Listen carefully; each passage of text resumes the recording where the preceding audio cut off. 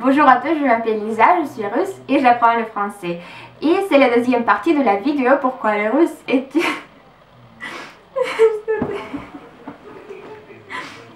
c'est mon chat. Et... Est-ce que tu veux que je te montre... Dis salut.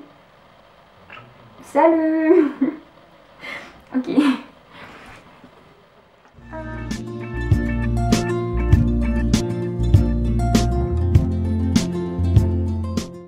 Bonjour à tous, je m'appelle Lisa, je suis russe et j'apprends le français. Et c'est la deuxième partie de la vidéo pourquoi le russe est une langue difficile. Si vous n'avez pas encore vu la première partie, vous pouvez cliquer juste ici ou trouver le lien sous cette vidéo. Alors, comme j'ai déjà dit, le russe est une langue très difficile, même pour les Russes. Et dans la vie quotidienne, on fait assez souvent des fautes dans notre discours, même à la télé. Et sur les chaînes les plus populaires, les plus connues, on fait parfois des fautes. Bien sûr, je ne dis pas que c'est typique seulement pour le russe. Je pense que dans chaque langue, il y a des choses assez controversées, assez difficiles, qui sont liées à la langue, à sa structure, ses règles, etc.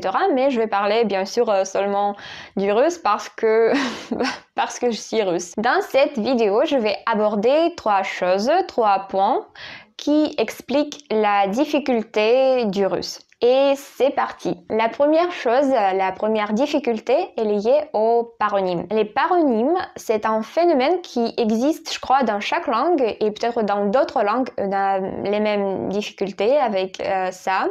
En russe, parfois, les gens ne voient pas la différence entre certains paronymes et on juste confond ces mots. Par exemple, les verbes одеть et надеть. On peut traduire ça comme habiller quelqu'un et mettre quelque chose. Par exemple, en français, si on dit « je mets une robe », on ne peut pas dire « j'habille une robe », c'est un peu bizarre, mais en russe, on peut confondre ces verbes et ça serait normal, ça serait pas bizarre. C'est assez souvent pour le russe, pour les gens russes, et on dit ça assez souvent, bien sûr. Et la même chose, c'est avec les mots « обоих » et « обеих ». On peut traduire ça comme tous les deux et toutes les deux, c'est la même chose, on peut confondre ça et c'est comme ça, c'est la vie, c'est le russe. La deuxième difficulté est liée à la manière dont on écrit des mots, certains mots.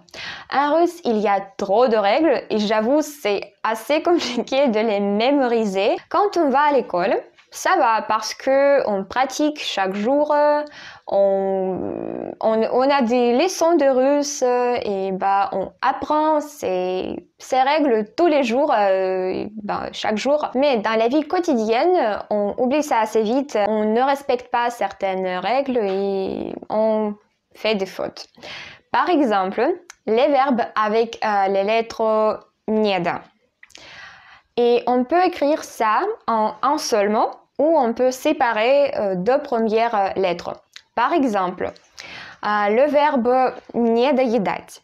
Ça signifie qu'on ne mange pas assez, que c'est toujours comme ça. Mais si on écrit ce verbe comme ça signifie que on a mangé et on a fini. Et quelque chose a resté dans notre assiette. Et voilà, le sens change et ça dépend de la manière dont on écrit ce verbe. Et en effet, il y a beaucoup d'exemples de verbes comme ça.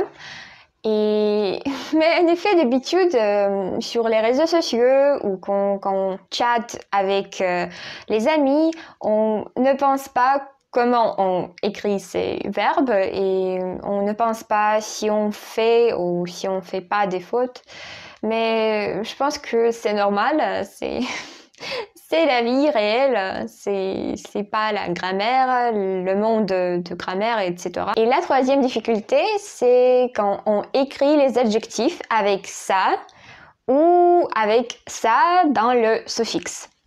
Et parfois, il est assez difficile, assez compliqué de détecter combien de lettres, une ou deux, il faut écrire dans un adjectif. Par exemple, les adjectifs ветреный et безветренный. Ça signifie venteux et pas venteux. Mais dans le premier mot, on écrit une lettre et dans le deuxième, on écrit deux. Et je sais pas comment ça marche. Non, bien sûr, il y a une règle pour ça, mais en tout cas, c'est un peu difficile. Du coup, même à la fin de nos études, il y a un examen de russe et là, il y a un exercice qui montre si on sait ou sait pas comment écrire des mots comme ça. Et moi, j'ai déjà passé cet examen et j'ai réussi. Je suis très contente que c'est à passer parce que, en effet, c'était le temps assez sombre dans ma vie. Les examens, c'est toujours horrible, donc voilà. Ok, c'était 3 choses qui sont difficiles en russe. J'espère que c'était intéressant pour vous. Comme j'ai déjà dit, le lien pour la première partie est sous cette vidéo ou juste ici. Vous pouvez cliquer ici. Et voilà, oui, abonnez-vous sur ma chaîne et n'hésitez pas à écrire des commentaires. La vidéo suivante sera la semaine prochaine. Oui, prochaine, dernière. Le français est difficile aussi. Et merci encore une fois pour avoir regardé cette vidéo et à bientôt. Всем пока!